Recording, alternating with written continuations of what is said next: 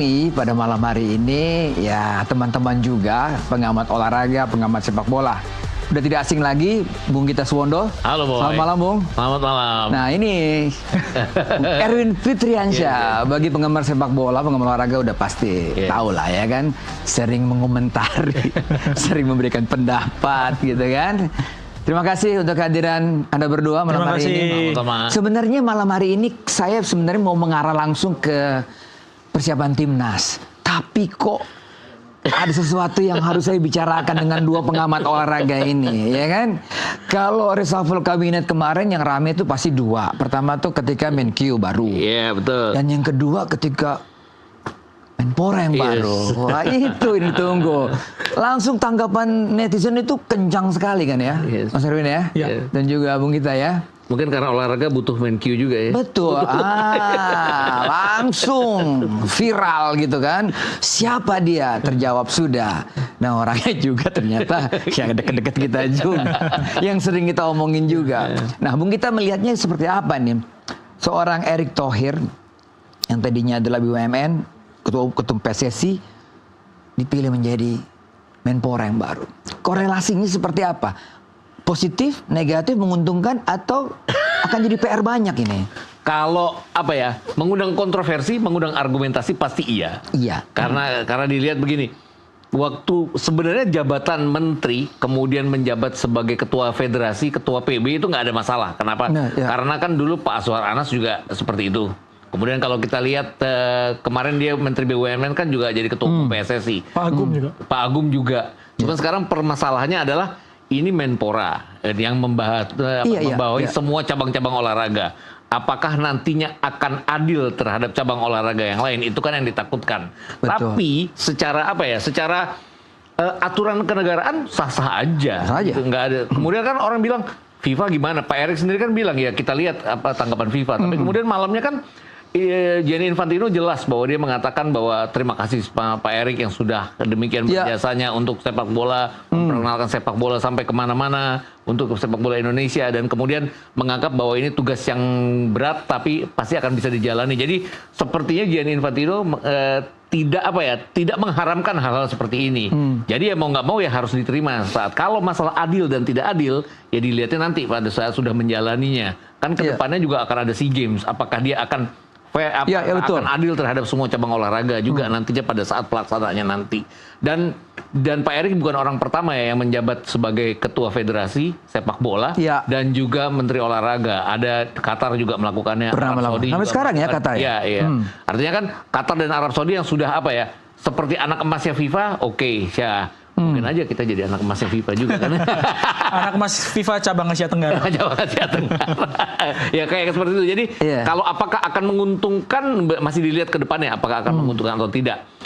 Tapi nggak fair juga kalau kita bilang bahwa Pak Erick apakah akan sanggup melakukannya tidak atau melakukan. Dia kan punya pengalaman Koi. Kita pernah pegang Asian Games juga. Artinya PSSI juga terlepas masih banyak segala macam PR yang harus dijalankan, tapi dia sejauh ini kan dia masih on track untuk kita lolos ke Piala Dunia, untuk semuanya berjalan. Nah, masih ke depan yang harus kita nilai apakah Pak Erick itu akan berhasil di dua-dua tempat ini.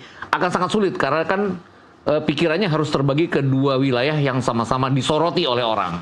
Iya, secara kapasitas kita tidak meragukan kemampuan seorang Erick Thohir ya, tetapi momen sepak bola dan Kemenpora ini yang sedang hangat-hangatnya ini. Nah, Bung Erwin lihatnya seperti apa? Iya, kalau boleh nambahin, ini sebenarnya saya grogi karena sama idola-idola nih siarannya. Orang tua itu. Jadi negara yang ketua federasinya jadi Menpora juga, itu Rusia pernah juga. Rusia pernah. Irak juga pernah. Gitu. Tapi umurnya nggak lama gitu. Salah satunya dilepas. Dan Menpora ya, bukan kementerian lain ya. Bukan. Jadi sudah tidak asing lagi buat dunia. Iya. Salah satunya dilepas. Jadi tidak menjabat secara bersamaan dalam waktu yang lama, enggak gitu. Akhirnya yang ketua federasinya dilepas gitu.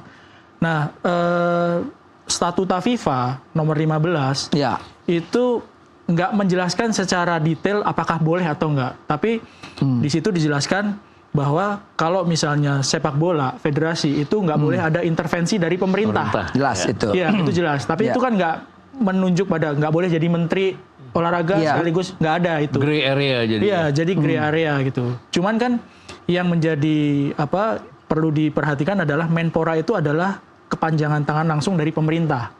Iya. Ya. Nah, ini sepak bola sama Menpora jadi satu gitu. Memang kita nggak tahu gitu apakah nanti berjalannya seperti apa, tapi yang dikhawatirkan adalah ada bias nanti. Apakah kepentingan dari pemerintah melalui Menpora terus jadi mencampuri sepak bola, nggak tahu gitu. Ya. Tapi faktanya bahwa FIFA nggak melarang ketika ada Menpora Irak dan Federasi Sepak Bola Irak jadi satu gitu ya. Rusia juga jadi satu. Iya. Dan saya pikir Pak Erik mengambil langkah yang cukup aman ketika memberikan statement, kita tunggu FIFA. seperti apa FIFA gitu. Karena ketergantung dari FIFA gitu. Karena di gray area itu, jadi keputusannya memang di FIFA. Apakah boleh atau enggak, ya tunggu FIFA. Dan saya pikir Pak Erik mengambil langkah yang aman gitu. Plusnya apa kalau misalnya Pak Erik tetap jadi Menpora dan PSSI, Ketua Umum PSSI, yang pertama soal koneksi ya. Kita tahulah dari zaman sudah hampir 1 dekade mungkin lebih ya, dari zaman ngurus basket ya, Inter Milan di Amerika. Itu kan koneksi pasti akan sangat berpengaruh, ngurusin Asian Games gitu kan. Dan selama ini koneksinya Ketua Umum kan sama Presiden FIFA dengan orang-orang yang penting dalam hal olahraga gitu. Yang pertama mungkin koneksinya, kedua pengalamannya, dan ketiga adalah Pak Erik menurut saya salah satu dari Menpora yang darah olahraganya tuh kental sekali gitu ya. Tanpa mengecilkan Menpora sebelumnya. Kalau Menpora sebelumnya tuh lebih kental darah pemudanya, bukan olahraganya gitu ya. Kan Menpora pemuda dan olahraga gitu. Nah, ini Pak Erik lebih kental darah olahraganya gitu ya. Tapi menarik nih Bung Gita, pesan Presiden kepada Erik, dan Erik itu juga mengakui bahwa ya harus merata prestasinya. Ini kan satu tanda kan penekanannya jangan hanya sepak bola, karena ada bulu tangkis. Ingat loh, Presiden kita tuh pencak silat juga, ya kan, berkuda juga dia suka. Ya artinya dia mengingatkan ini kepada kepada menteri. Artinya bukan hanya dari sisi prestasi ya, dari sisi kemapanan di olahraga itu sendiri, di setiap PBBB yang ditanganinya. Nah, ini yang mungkin sulit pekerjaan dari Pak Erik adalah ini, bagaimana meratakan semuanya. Karena apa yang dimajukan sekarang oleh dia kan pada saat dia menjabat sebagai Ketua Umum PSSI. Itu coba dimajukan lah sepak bola, walaupun banyak masih yang mengatakan yang ini belum, yang ini janjinya belum, yang ini belum janji. Nah, janji-janji kayak gini yang mungkin akan menyulitkan dia pada saat dia menangani PBBB yang lain. Apalagi kalau targetnya misalnya kita berhasil di SEA Games. Berhasilnya itu seperti apa? Apakah di urutan ketiga itu dia nggak berhasil? Toh sebelum dia juga kita pernah ada di urutan ketiga. Apakah kita harus naik satu peringkat? Itu kan berarti lawannya adalah Thailand dan Vietnam. Ini yang pasti akan menyulitkan. Tapi balik-balik lagi, yang selalu ditakutkan kan orang-orang Indonesia kan selalu takut dengan namanya kalau statuta FIFA nggak boleh, statuta FIFA nggak boleh. Tapi kan yang Erwin tadi bilang bahwa secara gray area sebenarnya boleh-boleh aja asal tidak ada interference dari pemerintah. Dan kita pernah di-ban gara-gara ada campur tangan pemerintah. Dengan dia ada di Kemenpora dan dia juga PSSI, rasa-rasanya akan tidak mungkin ya akan ada campur tangan pemerintah yang merugikan PSSI sendiri, karena dia pasti tidak ingin merugikan PSSI. Hal-hal seperti ini yang sudah dipikirkan oleh FIFA pastinya. Iya, kalau jangka pendek kan ada 3 sasaran ya. Ada Asian Games, ada MotoGP, ada kejuaraan dunia. MotoGP juga. Senam. Kejuaraan dunia senam ini internasional benar sekali ya. Tapi ke Oktober ini kita putaran 4 ya kan. Pasti nggak salah dong kalau Pak Erik sekarang memikirkan yang paling dekat ini adalah sepak bola. Dia tahu persis dari A sampai Z mengenai round 4 nanti. Gimana, Bu? Nggak sampai sebulan ya. Nggak sampai sebulan. Gitu, 3 minggu lagi, 2 minggu lah malah. Hitungannya tanggal 8 ya.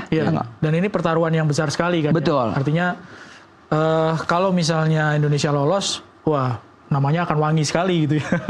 Betul. Urus pemain, pelatih gitu ya, akan wangi sekali. Tapi kalau misalnya sebaliknya, ini kan juga akan menjadi tekanan yang besar sekali gitu ya buat PSSI, dalam hal ini buat ketua umum gitu. Apakah bisa fokus atau tidak gitu ya. Saya pikir fokusnya memang sekarang di round 4 ya.